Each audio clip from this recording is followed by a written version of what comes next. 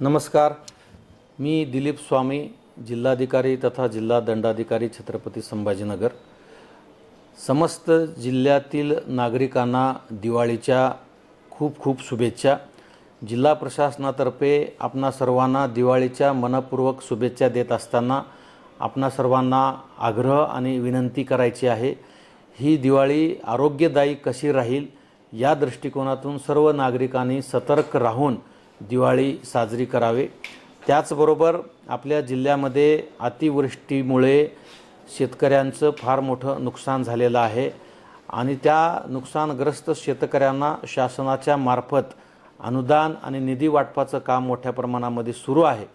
परंतु या सर्व समस्त शेतकरी बांधवासोबत आपल्याला दिवाळी साजरी करायची आहे। त्यामुळे त्यांच्या या संकटामध्ये त्यांच्या सोबत आपण राहूया, त्यांना सुद्धा आपण सोबत घेऊन दिवाळी साजरी करूया। आपण सर्वांनी या दिवाळीमध्ये खाण्याचे पदार्थ